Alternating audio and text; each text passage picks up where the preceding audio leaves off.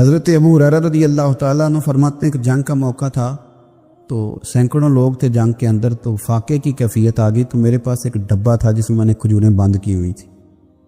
کہتے ہیں بہت سارے لوگوں نے کہا بھی کہ ذرا دکھاؤ کیا ہے، تو میں نے کوئی نہیں دکھایا۔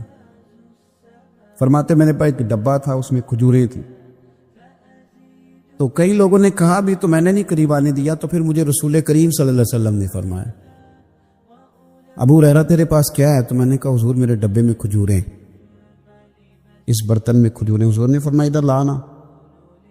کہتے ہیں میں لے کے آیا تو حضور نے فرمایا اسے الٹ۔ کہتے ہیں میں نے الٹی تو میں نے گنی تو 21 کھجوریں نکلی، ٹوٹل 21 کھجوریں۔ میں کہہ چکا ہوں کہ آج امت کا بڑا مسئلہ یہ ہے کہ دولت کی کمی نہیں، برکت کی کمی ہے، انسانوں کی کمی نہیں، اتحاد کی کمی ہے۔ آج ایسا نہیں کہ ہمیں باتیں نہیں ہیں، ہمیں سمجھ نہیں ہے، آج باتوں کی سمجھ کی اس کی کمی نہیں، مسئلہ تو یہ ہے کہ عمل کا رستہ مفقود ہو گیا۔ کھجوریں کہتے ہیں 21 نکلی، تو حضور نے اس ڈبے پہ اپنا دست مبارک رکھا۔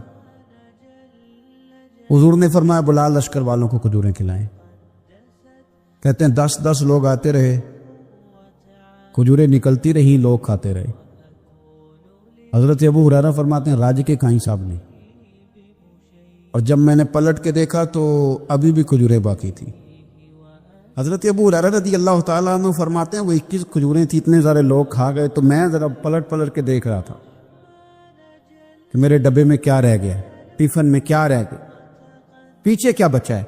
تو کہتے ہیں جب میری وہ کیفیت دیکھی نا بار بار دیکھنے کی، تو رسول کریم مسکرائے، اور حضور نے مسکرا کے فرمایا ابو ہریرہ پریشان نہ ہو، بس اسے کبھی الٹنا نہ، نکالتے رہنا اور کھاتے رہنا۔ حضور نے دست مبارک لگایا، فرمایا الٹنا نہیں، نکالتے رہنا تو کھاتے رہنا۔ حضرت ابو ہریرہ کہتے ہیں حضور کا وصال ظاہری ہونے تک میں نکالتا رہا، کھاتا رہا، کھجوریں ختم نہیں ہوئی۔ کہتے ہیں صدیق اکبر تخت پہ بیٹھے، وہ لوگوں میں کھولتا رہا، میں کھاتا رہا، وہ ختم نہ ہوئی۔ اب تنگی یہ داماں پہ نہ جا، اور بھی کچھ مانگ۔ کہتے ہیں دور آیا سیدنا فاروق اعظم کا، میں نے 12 سال، بتاؤ اس کے نیچے کون سا باغ لگا تھا کھجوروں کا، بس ایک دست مصطفیٰ ہے نا جو لگ گیا ہے۔ یہ وجود اتنا متبرک ہے، اتنا برکت والا۔ حضرت ابو ہریرہ رضی اللہ تعالیٰ عنہ فرماتے ہیں سارا دور حضرت عمر کا میں نے کھجوریں نکالی اور کھائیں۔ فرماتے ہیں دور آیا سیدنا عثمان غنی کا، 12 سال کے لگ بھگ، 10 سال کے لگ بھگ، پھر وہ کھجوریں میں نکالتا رہا، میں کھاتا رہا۔ فرماتے ہیں حضرت عثمان غنی جس دن شہید ہوئے، میرے گھر میں چوری ہوئی، کیونکہ اس دن مدینہ منورہ میں حالات بڑے عجیب تھے۔ کہتے ہیں چوری ہوئی تو میرا وہ ٹفن بھی چوری ہوا، میرا وہ ڈبہ بھی چوری ہو گیا۔ فرماتے ہیں وہ چوری ہوا تو کھجوریں ختم ہوئی، ورنہ مجھے لگتا تھا کہ قیامت تک نکلتی رہیں گی اور لوگ کھاتے رہیں گے۔ بخاری مسلم ہے۔ کہتے ہیں جب خندق کی جنگ ہو رہی تھی نا، غربت بڑی تھی، قحط بڑا تھا، صحابہ پریشان تھے، 2 3 پتھر پیٹ پہ باندھے ہوئے۔ میں حضور کو دیکھ کے گھر آیا تو زوجہ سے کہا بھلی مانس کچھ ہے کھانے کی؟ کہنے لگی تھوڑے سے جوں ہے۔ تو میں نے کہا پیسو گی تو کتنی روٹیاں بنے گی؟ کہنے لگی 2 3 4 بن جائیں گی۔ کہنے لگے سالن۔ تو زوجہ کہنے لگی اگر وہ بکری کا بچہ ذبح کرو تو 3 4 بندوں کا سالن بھی بن جائے گا۔ کہتے میں نے اسے ذبح کیا، بیوی سے کہا تو جاؤ پیس۔ کہتے میں نبی کریم کی بارگاہ میں حاضر ہوا صلی اللہ علیہ وسلم، حضور کی خدمت میں۔ زوجہ کہنے لگی کان میں کہنا حضور کے، سارے نہ آئے، جس طرح لیڈروں کے کھانے اندر ہوتے ہیں علیحدہ، اور جو نعرے لگا رہے ہوتے ہیں نا سویر سے انہیں ڈبہ ملتا ہے، لیکن وہ پھر بھی نعرے لگاتے ہی رہتے ہیں۔ مجھ پہ الزام لگنے لگا ہے کہ آپ سیاست دانوں کو ہر جمعے میں رگڑا دیتے ہیں، تو میں کہ انہوں نے صحیح کر چھوڑو، پھر اسی مڑ جانے انواع کو سیانے ہو جائیں۔ یہ سیانے نہیں ہو رہے، ہمیں بات کرنے کی بھی اجازت نہیں۔ شعر کہہ دیتا ہوں کہ ہم آہ بھی کرتے ہیں تو ہو جاتے ہیں بدنام، وہ قتل بھی کر دے تو چرچا نہیں ہوتا۔ انہوں نے نہ کدے پوچھے آجے، سامنے آکھے آجے چوپ رہو۔ لیکن بھائی یہ اس ممبر کا تقاضا ہے، میرے امام اعظم کا فتویٰ ہے، جو عالمی حالات سے باخبر نہ ہو وہ جمعے کا خطبہ نہ دے۔ وہ جو رٹی رٹائی باتیں ہم سے نہیں ہوتی، اس لیے کہ جلال بادشاہی ہو یا جمہوری تماشا ہو، جدا ہو دین سیاست سے تو رہ جاتی ہے چنگیزی۔ حق بات انشاءاللہ ہو رہی ہے اور ہوتی رہے گی، اور بات صاف ستھری ہے۔ اگر کوئی بات ایسی ہوگی تو وہ بات اگر غوث پاک اپنے خطبہ جمعہ کے اندر کہہ سکتے ہیں کہ میں ظالموں کو حکمران نہیں بننے دوں گا، تو ہم تو ان کے نوکر ہیں نا، پھر ہم قادری کیسے ہوئے اگر غوث پاک کے طریقے پہ عمل ہی نہ کریں تو؟ اس لیے مہربانی کرے ہمیں کوئی شخص ایسا مشورہ نہ دے، بلکہ کئی دفعہ ظلم ہوتا ہے، جب کوئی مشورہ دیتا ہے تو اور تیز ہونے دل کرتا ہے، اس لیے مہربانی کرے ایسی کوئی مشاورت نہ کرے۔ بالکل جو غلط بات کرے گا اس پہ ہم بولیں گے، اور آہستہ آہستہ نہیں، کھل کھلا کے بولیں گے، بالکل بولیں گے، اس لیے کہ اللہ نے زبان دی ہے، وہ کسی وڈیرے کے قدموں میں بیٹھنے کے لیے نہیں دی، وہ رسول اللہ کے ترانے پڑھنے کے لیے دی ہے۔ ترانے پڑھنے، اگر حضرت بلال رسیوں میں بند ہو کے اور ابو لہب اور عتبہ اتیبہ اور عبداللہ بن جدعان اور امیہ بن خلف جیسے لوگوں کے بیچ کھڑے ہو کے کہہ سکتے ہیں نہیں بات جو سچی ہے وہ کی جائے گی، تو ہم ممبر رسول پہ بیٹھ کے نہیں کہہ سکتے؟ اپنے لیے خفا مجھ سے ہے بیگانے بھی ناخوش، میں زہر حلال کو کبھی کہہ نہ سکا کن، میں کہتا ہوں وہی بات سمجھتا ہوں جسے حق، نے ابلہ مسجد ہوں میں توحید کا فرزند۔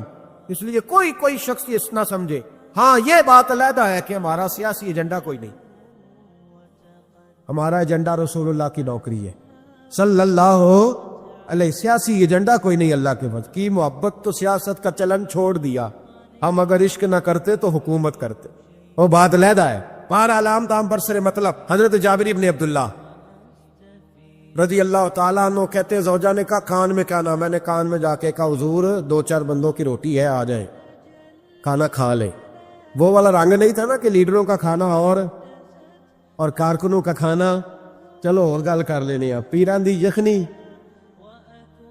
تے روٹیاں پہ ہو کے کہندے حضرت جی بیمار نے تے مرید لنگر کھانے دے جی شفا ہے، تے میں کہا تم ہی کھا مار تینوں بھی شفا ہو جائے، تو اپنے لیے تے چوری پکائی اندر، یہ رنگ وہاں نہیں تھا۔ میرے نبی پاک سید عالم صلی اللہ تعالی علیہ وسلم کے کان میں کہا حضور 4-5 بندوں کی روٹی ہے، حضور باہر نکلے خندق سے، باہر نکل کے فرمایا چلو بھئی سارے، جابر نے کھانا پکایا ہمارا۔ حضرت جابر کہتے میں نے دوڑ لگائی گھر آ گیا، اور میں نے کہا تجھے تیری مار ہوئے، حضور تو 1000 سے زیادہ بندہ لے کے آ رہے، تو کہتی تو نے کہا نہیں تھا نبی پاک سے 4-5 بندوں کا ہے۔ حضرت جابر کی زوجہ کا عقیدہ سنو، کہنے لگے میں نے تو کان میں کہا تھا، دوسرے نے سنا بھی نہیں، وہ تو حضور نے کہا سارے چلو، تو کہتے زوجہ مجھے تسلی دینے لگی، کہنے لگی بس پھر جو نبی آ رہے ہیں وہ انتظام بھی کرائیں گے، جو آ رہے ہیں وہ انتظام بھی کرائیں گے۔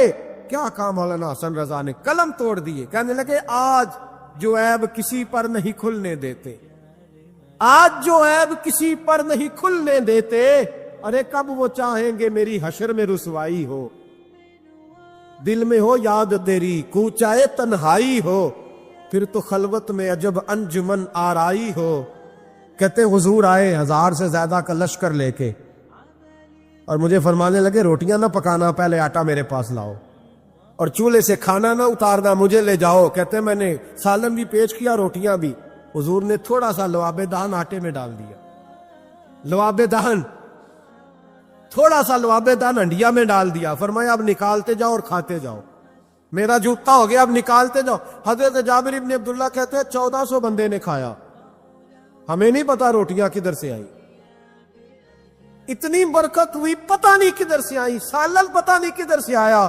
کہتے ہیں سارے سیر ہو کے کھا لیا، تو فرمایا چلو بھی جاؤ جا کے کام کرو، مجھے فرمانے لگے اب تو بھی کھا، آجا بچے بھی بلا۔ کہتے سب نے کھایا، حضور اٹھ کے جانے لگے تو فرمایا ذرا روٹیاں دیکھ پہلے زیادہ تھی کہ اب زیادہ ہے، ذرا دیکھنا سالن پہلے زیادہ تھا کہ اب زیادہ ہے، تو میں نے کہا نہیں حضور پہلے سے زیادہ ہے، میرے محبوب کے تبرک میں اتنی برکت ہے۔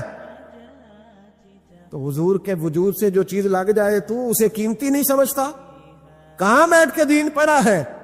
یا ہمیں سمجھا لے یا پھر ہم تجھے سمجھائیں، صحیح تینوں سمجھائیے تو صحیح کر کے سمجھائیے، ان لوگوں کو گمراہ کرتے ہو، اتنا غلط نظریہ، اس قدر غلط ہو۔ میں نا غار ثور پہ چڑھنے لگا تو مجھے وہاں ایک نیچے صاحب مل گئے, کہنے لگے اتنے کی لین چلے ہو. میں کہ تینوں اسی اتوں بھی نہیں پوچھ کے آئے جدو کرو آئے ہیں, اتوں بھی نہیں تینوں پوچھنا بے لیا, تو غلط فہمی کا شکار ہے. کہنے لگا وہ تو حضور تو کام سے گئے تھے, آپ کو کیا کام ہے؟ میں کہ ایسے لیے ٹائم نہیں تیرے نال گل کرن دا, اس وجہ سے کہ سانو تے غار ثور پہ یاد آتی ہے. وہ واپس آ گئے, عام آدمی تھا خیر, وہ کہیں سے آیا ہوا تھا, اردو بولتا تھا. تو میں ایک عمرہ کرنے کے لیے جارانہ سے واپس آیا تو طواف ہم کر رہے تھے, وہ بھی مجھے نظر آ گیا دوڑتا ہوا. میں آواز مار لی, میں کیا حضرت حاجرہ تے پانی واسطے دوڑیا سن تے تو کا تو چھالا ماری پھردا ہے, او بیا کولر تے جا بھی آرام کر جا کے. کہندے نہیں انہاں دی ادا تے ادا کرنی ہے. تو میں کہ اگر تو حضرت حاجرہ دی ادا کرنی تے اسی حضرت ابو بکر صدیق دی ادا کرنی. عجیب آدمی ہے بھائی تو, عجیب بات ہے, لوگوں کا فلسفہ اپنا اپنا, اور پھر پکڑے ہم کہ اس بندے کو جو جواب نہ دے سکے. ایسا نہ کرو, یہ زیادتی ہے, امت کو اکٹھا کرو. اتفاق یہ مجھ سے سوال کئی جمعے سے ہو رہا تھا.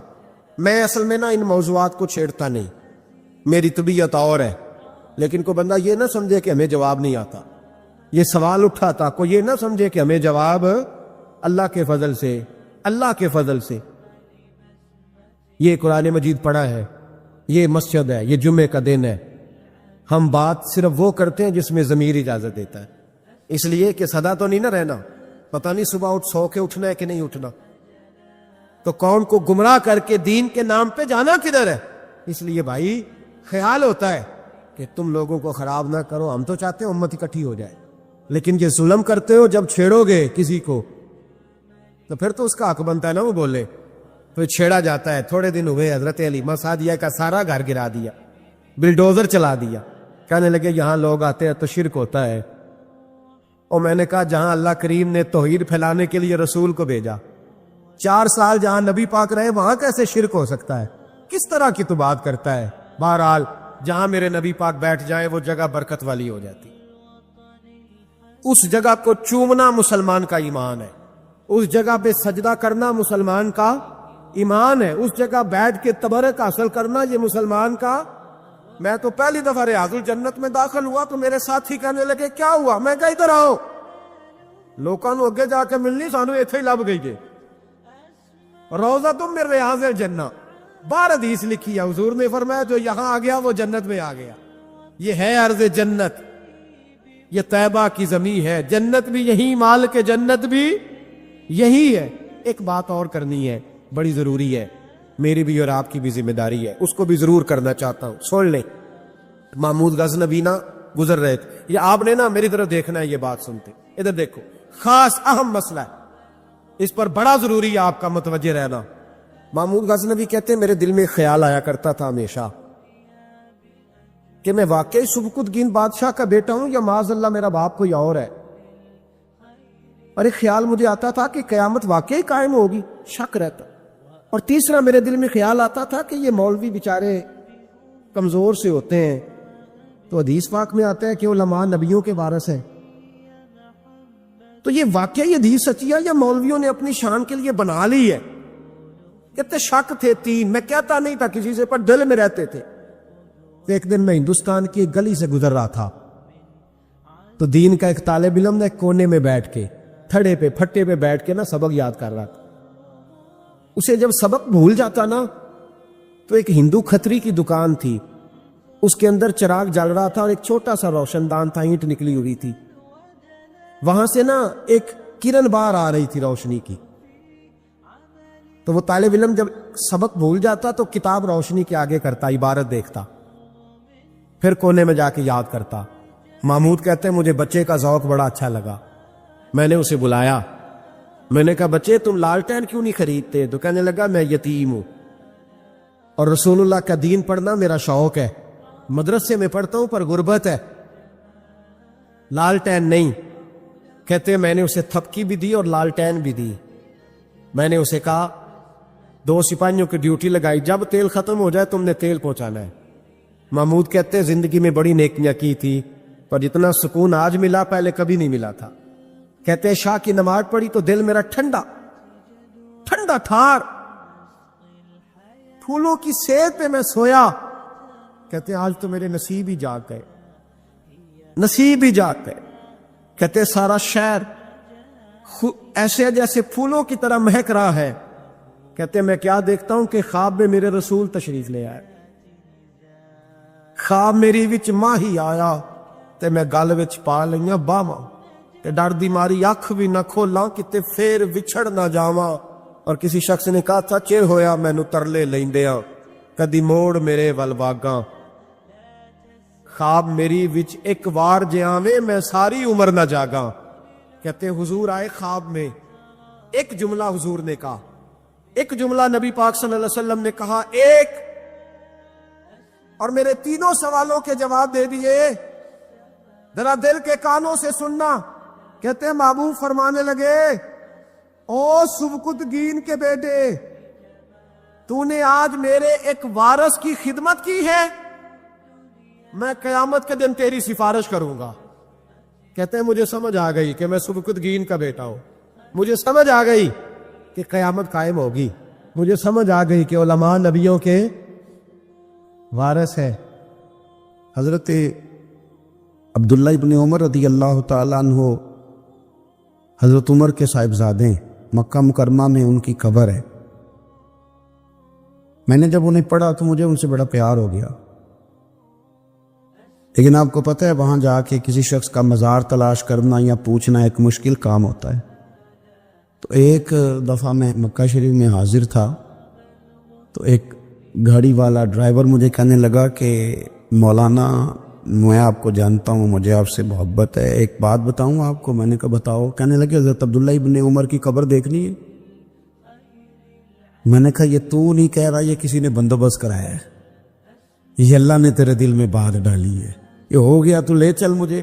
حضرت عبداللہ ابن عمر کو نبی پاک نے فرمایا تھا راجل صالح ہوں, یہ نیک بندہ ہے, یہ متقی آدمی.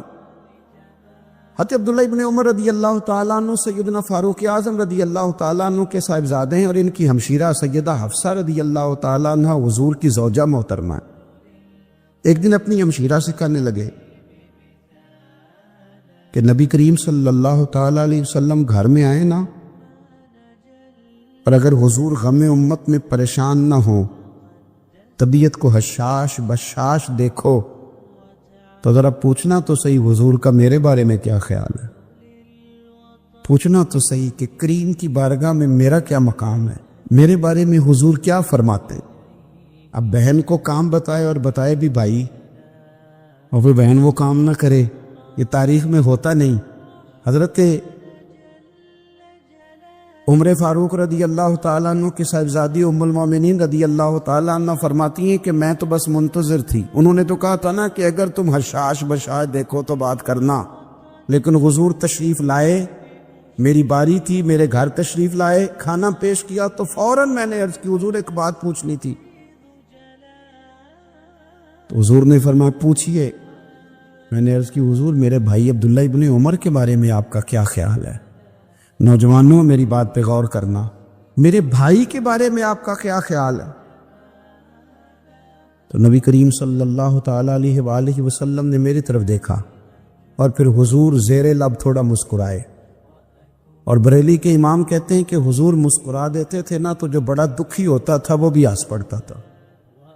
اب سوال پیدا ہوتا تھا کہ پھر تو اس مسکراہٹ کے لیے انتظار کرنا پڑتا ہوگا کئی مہینے کہ حضور مسکرائیں تو رونے والے ہنسیں. تو اعلیٰ حضرت فرماتے نہیں, انتظار نہیں کرنا پڑتا, یہ مسکراتے رہنا تو حضور کی عادت ہے.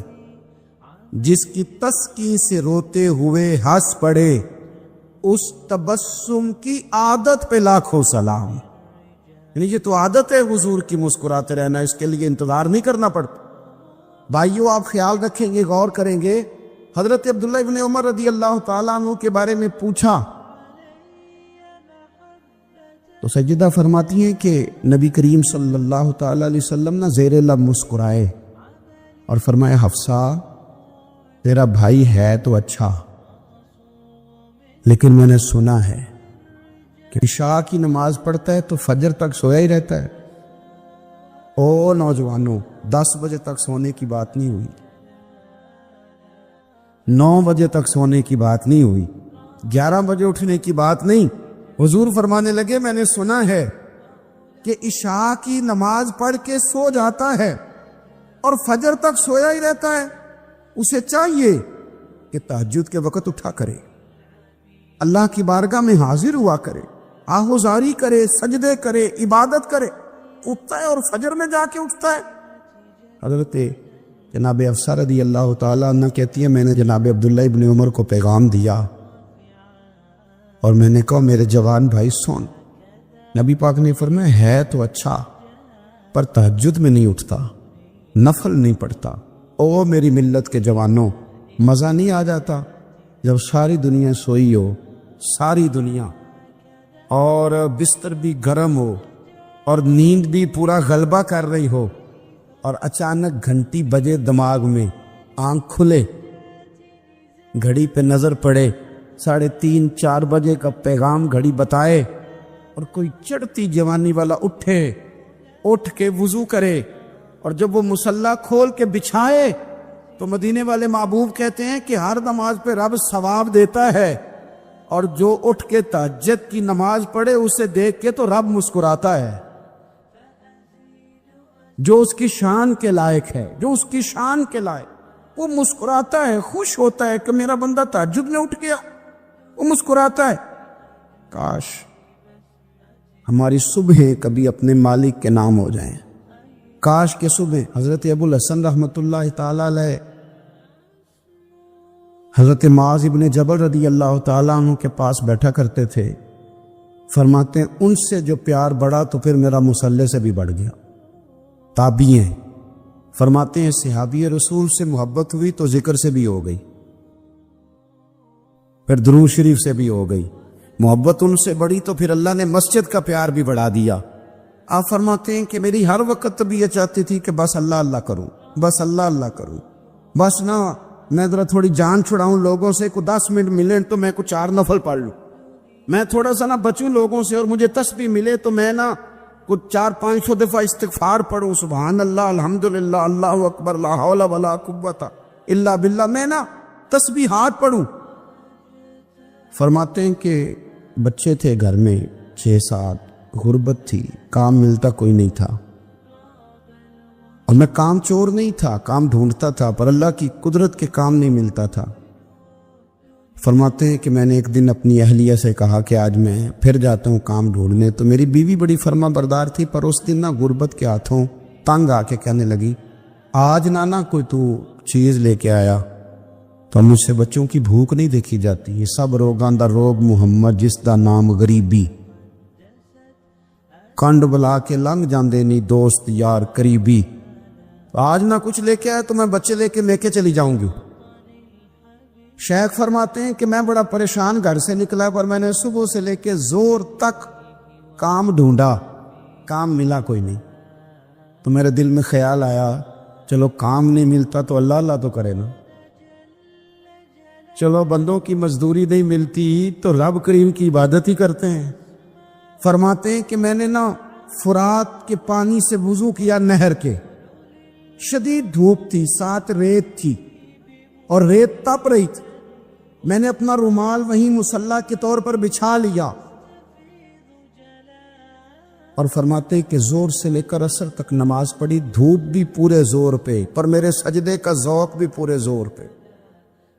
فرماتے ہیں سورج بھی چمک رہا ہے اور رب کی عبادت کا ذوق بھی پورے زور پہ، میں سجدہ کروں تو پھر میرا اٹھانے کو جی نہ چاہے۔ میرے استاد لکھا کرتے تھے، یہ ان کا شعر ہے، وہ کہا کرتے تھے مجھے سوز دے، مجھے ساز دے، اور مجھے نیم شب کا نیاز دے، دم سجدہ خود کو میں توڑ دوں، مجھے ایسا ذوق نماز دے، اور میں تیری بہار کا پھول ہوں، میں کھلا بھی ہوں تو تیرے لیے، مجھے میری شاخ سے توڑ لے، مجھے اپنی زلف کا ناز دے۔ بھائی فرماتے ہیں کہ عصر تک میں نے نفل پڑھے، دل ڈھلنے لگا، عصر کی نماز پڑھی اور میں وہاں سے چلا۔ اب میں جب نکلنے لگا تو دل میں خیال آیا کہ چھوٹی چھوٹی دیواریں ہیں گھر کی، بغیر کچھ لیے جاؤں گا تو بیوی دور سے دیکھے گی تو شور کرے گی کہ پھر خالی ہاتھ آ گیا ہے۔ کہتے میں نے اپنی اسی رومال میں جس پہ میں نے نماز پڑھی تھی نا، رومال میں کیا کہتے پنجابی جو صافہ کہتے ہیں، اسی میں نا میں نے کچھ ریت بھر لی کہ وہ دور سے دیکھے گی تو سمجھے گی کچھ لے کے آیا ہے، چلو جا کے اسے بتا دوں گا کہ آج پھر مزدوری نہیں ملی. کہتے ہیں وہ ریت لے کر جب میں گھر میں گیا تو پہلے بیوی دروازے پہ کھڑی ہوتی تھی, پوچھتی تھی خالیات آ گئے ہو؟ آج میں نے دیکھا تو ہے ہی کوئی نہیں. فرماتے ہیں میں اندر داخل ہوا, سلام لیے, کونے میں نے وہ رومال رکھ دیا اور میں نے آواز دی کہ بھلی مانس کہاں ہو؟ تو وہ کہنے لگی آپ منہ ہاتھ دھو لیں, میں روٹی لے کے آئی. میں نے کہا روٹی کہاں سے آ گئی؟ یہاں تو کئی دنوں کے فاقے ہیں, تو کئی دنوں کی غربت ہے, یہاں تو اس گھر میں تو فقیری ہے. فرماتے ہیں کہ وہ روٹی لے کے آئی اور اس وقت کی جو موجودہ نعمتیں تھیں, سمجھ لیں سلاد, اچار, ہر چیز ساتھ لائی. میں نے کہا کہ بچے کہاں گئے؟ کہنے لگی وہ کھانا کھا کے کھیلنے گئے, آپ کھانا کھا لیں آ جاتے. کھانا اس نے چن دیا. میں نے حیرت انگیز لہجے میں ساری نعمتیں اپنے دسترخوان پہ دیکھ کر کے بیوی سے پوچھا یہ کہاں سے آیا کھانا؟ بچوں کو تو نے کہاں سے کھانا کھلایا؟ یہ سارا کچھ کیسا ہے؟ تو کہنے لگی پتہ نہیں آج آپ کس کریم کی مزدوری کرنے چلے گئے تھے, پتہ نہیں کس کریم کی, میرے گھر میں تو اتنی نعمتیں آئی ہیں کہ مجھ سے سنبھالی نہیں جا رہی. اتنا اناج ہے, اتنا گندم ہے, کس کریم کے دروازے آج چلے گئے تھے؟ یہ کہتے کہتے وہ اٹھی اور اٹھ کر کے کہنے لگی پہلے بڑا کچھ آیا تھا, اب کیا لے آئے ہو؟ اور جا کر کے نا اس نے وہ ریت والا رومال کھولا. کہنے لگے میں تو لے کے آیا تھا ریت, تو میرے رب نے اسے بھی سونے اور ہیرے بنا دیا تھا. جب آپ کی توجہ اللہ کی جانب, میرے نبی پاک صلی اللہ تعالی علیہ وسلم نے فرمایا ہر چیز اپنے رب سے مانگ, ہر چیز مانگ, ہر چیز مانگ. یا رسول اللہ کیا کچھ؟ میرے محبوب نے فرمایا تیرے گھر میں نمک بھی ختم ہو جائے تو وہ بھی اپنے رب سے مانگا کر. تو مانگنا, وہ تجھے دے گا, تو اس کی بارگاہ میں کشکول طلب دراز تو کرنا. اور ترمذی شریف میں عجیب لفظ ہیں, رسول کائنات نے فرمایا, رب کریم فرماتا ہے جب میرا بندہ ہاتھ اٹھاتا ہے نا تو مجھے حیا آتی ہے کہ میں خالی کیسے لوٹا دوں اس کے. اتنے بڑے بادشاہ کی بارگاہ میں, او بھائی لوگوں سے عزتیں تلاش کرتے ہو تو وہ کیا تمہیں عزت دیں گے؟ وہ تو کل اچھا کہتے ہیں پرسوں برا کہنے لگ جاتے ہیں. لوگوں کے سامنے گڈ بک میں آنا چاہو گے تو وہ تو سویرے تمہارے بارے میں کچھ کہیں گے, شام کچھ اور کہیں. اپنی روحانی زندگی آباد کریں, اپنے مسلح کو وقت دیں, اور دنیا سے چھپ کر اس موبائل کو بند کر کے اور اپنے آپ سے بھی چھپ کے اور تنہا ہو کے چھپا کے سارا کچھ اپنے آنسو اپنے رب کی بارگاہ میں پیش کریں, اس کے حضور حاضری دیں. سنو نا ترمذی کی حدیث اور اسے یاد رکھنا. نبی پاک علیہ السلام نے فرمایا اپنے دکھ لوگوں کے سامنے نہ بیان کرنا, سیٹھوں نوابوں کو نہ بتاتے پھرنا, دنیا داروں کے سامنے جا کے نہ رونا کہ میں تکلیف میں ہوں. فرمایا اگر دنیا داروں کو دکھ بتاؤ گے رب تمہیں کبھی غنی نہیں کرے گا. اور لوگ ہیں کہ الٹا مذاق اڑائیں گے. آپ کی جس سے بڑی پکی یاری ہے نا, پکی, وہ تب تک پکی ہے جب تک آپ نے 50,000 مانگا نہیں. اور جس وقت آپ نے کہہ دیا کہ میں مجبور ہوں میری مدد کر, تو پھر ختم ہو گئی دوستی.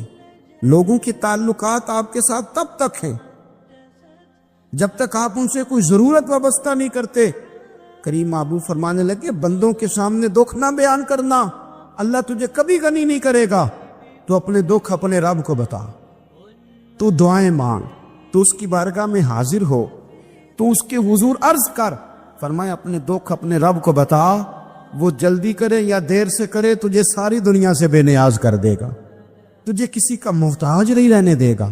اپنے مسلح کو, اپنی دعاؤں, ایک بزرگ فرماتے ہیں میں نے دعا مانگنے کا طریقہ اپنی بیوی سے سیکھا. دعا مانگنے کا طریقہ اپنی, سیکھنے والے تو اپنے بچوں سے بھی سیکھ لیتے ہیں, سیکھنے والے تو ہر ایک سے سیکھتے ہیں. وہ کہتے ہیں میں نے دعا مانگنے کا سلیقہ اپنی بیوی سے سیکھا ہے. حضرت وہ کس طرح؟ فرمانے لگے میری بیوی نے نا مجھے کوئی کام بتایا, کچھ پیسوں کی ضرورت کے لیے کہا, تو میں نے اسے کہا کہ بھئی ابھی میرے پاس نہیں ہے, کچھ دنوں میں آتے ہیں تو میں دے دوں گا. عورتوں کی عادت ہوتی ہے وہ بار بار یاد کراتی ہیں. 2-4 دنوں کے بعد پھر اس نے کہا حضرت وہ میں نے کہا تھا کچھ پیسے, میں نے اسے کہا کہ ابھی میرے پاس نہیں ہے، کچھ دنوں میں ملتے ہیں تو میں تمہیں دے دوں گا۔ اس نے کچھ دنوں کے بعد پھر کہا حضور وہ میں نے کچھ پیسے کہے تھے۔ فرماتے میں نے ڈانٹ دیا، میں نے کہا کہ کیا تو روز مجھے شرمندہ کرتی ہے، کہا نا میرے پاس نہیں ہے، ہوں گے تو دے دوں گا، تو روز یاد کراتی ہے۔ فرماتے ہیں اس نے پہلے تو میری ڈانٹ کو سہا، پھر میرے سخت جملوں نے اس کی آنکھوں میں آنسو پیدا کر دیے، پھر اس نے اپنے آنچل میں اپنے اس دکھ کو سمیٹا، اور پھر اس نے ایک جملہ کہا تو میں رو پڑا، اور مجھے اپنے رب سے مانگنے کا طریقہ آ گیا۔ مجھے کہنے لگی حضرت جی آپ نے ڈانٹ دیا، میں نے سہ لیا، پر آپ ہی میرے شوہر ہیں، بتائیں نا آپ سے نہ کہوں تو میں کس سے جا کے کہوں۔ فرماتے ہیں میں رو پڑا، اور میں کھل کے رویا، اور میں تڑپ کے رویا، اور پھر میری سسکیاں بند گئیں۔ تو مجھے کہنے لگی آپ کو کیا ہوا؟ میں نے کہا مجھے بھی دعا مانگنی آ گئی ہے، جب میں اسے کہوں گا نا اللہ تو ہی میرا رب ہے، میں تجھ سے نہ کہوں تو میں کس سے جا کے کہوں؟ میں کیوں کسی بندے سے سوال کروں؟ میں کیوں کسی دنیا دار سے کہوں؟ میں تیرے بندوں کا، نیک بندوں کا وسیلہ لے کے، تیرے محبوب کی غلامی لے کے تیری بارگاہ میں آیا، تجھ سے نہ مانگوں تو کس سے مانگوں؟ سمجھ آ گئی ہے جب میں اس رنگ میں مانگوں گا تو تیرا رب میرے اوپر بڑا ہی فضل فرمائے گا، وہ میرے اوپر بڑی رحمت کرے گا، وہ میرے لیے آسانیاں کرے۔ مسلم شریف میں اس حدیث کی اصل موجود ہے، ایک صحابی ہیں نام ہے جلابیب، رنگ کالا، ہونٹ موٹے، ناک چپٹی، کوئی پاس نہیں بٹھاتا، پوچھنے والا کوئی نہیں، لوگوں کو نام بھی نہیں آتا ہوگا زیادہ لوگوں۔ حضرت جلابیب رضی اللہ تعالیٰ عنہ خوبصورت صحابی، غریب آدمی، صحابی خوبصورت، بظاہر رنگ روپ کالا، ایک جنگ میں بھی حضور کے ساتھ گئے، جنگ ختم ہو گئی، کچھ صحابہ شہید ہوئے، اللہ نے اسلام کو، مسلمانوں کو کامیابی دی، سارے لوگ اپنے اپنے شہیدوں کو تلاش کر رہے ہیں۔ صحابہ کہتے ہیں نبی پاک بھی کسی کو ڈھونڈ رہے ہیں، سب لوگ ڈھونڈ رہے تھے، حضور بھی کسی کو ڈھونڈ رہے ہیں۔ پھر نبی پاک نے فرمایا سارے مل گئے، سب شہداء کی مقدس میتیں مل گئیں، زخمی مل گئے، حضور سارے مل گئے۔ حضور نے فرمایا ایک دفعہ پھر ڈھونڈو، حضور ڈھونڈ آئے ہیں، سارے مل گئے، فرمایا نہیں ایک بار پھر ڈھونڈو، حضور مل گئے۔ نبی پاک نے فرمایا مجھے جلابیب نہیں نظر آ رہا، وہ نہیں مل رہا مجھے۔ حضور آپ اسے ڈھونڈ رہے تھے؟ فرمایا ہاں۔ ایک صحابی پھر گئے، دوڑے آئے، حضور وہ نہ مل گئے، حضرت جلابیب شہید ہو گئے۔ حضور یہ ان کی لاش مبارک پڑی ہے۔ کریم رسول گئے تو صحابی کا